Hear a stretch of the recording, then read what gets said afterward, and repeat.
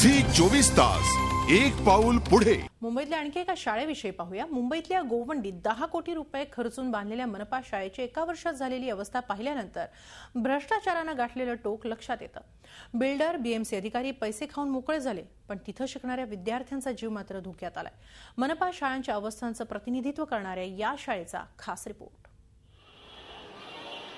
भिंतीला गेलेले तडे, तुटलेल्या खिडक्या, दरवाजे, छतातून गळत असलेलं पाणी आणि तिथंच उज्ज्वल भविष्याचे धडे घेत असलेले हे विद्यार्थी। बांधकाम पूर्ण होऊन अजून वर्षही झालं नाही तोवरच मनपा शाळेची झालेली ही दुर्दशा। गोवंडीच्या शिवाजीनगरातली 4 नंबरची संजय नगर मनपा शाळा तब्बल 10 कोटी रुपये खर्चून बांधण्यात आली आहे, परंतु ठेकेदार आणि बीएमसी अधिकाऱ्यांच्या भ्रष्टाचाराच्या पायावर उभी राहिलेली ही इमारत अत्यंत कमकुवत झाली आहे। बांधकामाचा दर्जा इतका वाईट आहे की वर्षात 4 वेळा दुरुस्तीची कामं करण्यात आल्याचं सांगण्यात येत आहे।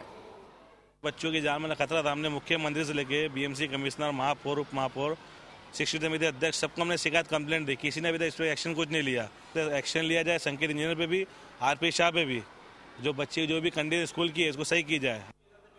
विद्यार्थ्यांसाठी बांधलेला हॉल धूळ खात पडू नये, मुलांना नसेना पण भटक्या कुत्र्यांसाठी तो आश्रयस्थान बनलाय।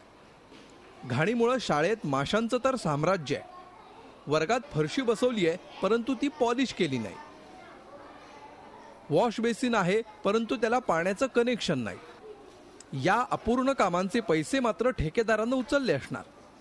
हे झालं इमारतीचं। आता विद्यार्थ्यांच्या सुविधांचं काय? मराठी, हिंदी आणि उर्दू माध्यमातील 4,500 विद्यार्थी इथे शिकतात। महिना उलटला पण अजून त्यांना पुस्तकच मिळालेली नाहीत। माझ्या मुलांना इथं काही ना पुस्तकं भेटत ना वया भेटत। मी सर्व ब्लॅक बाहेरून घेऊन आलेले सामान आहे ना, कोणत्या गोष्टीचं ना बूट ना चपल्या ना कपडे काही नाही इथून सोय। मग म्युन्सिपालिटी शाळा कशासाठी बनली? सर्व आम्ही बाहेरून घ्यायचं का? बेंचेस पुरेसे नसल्यामुळे अनेक विद्यार्थ्यांना फरशीवर बसूनच शिकावं लागतंय। हा इलेक्ट्रिक स्विच पाहिला तर निष्काळजीपणा किती असू शकतो ते लक्षात येतं।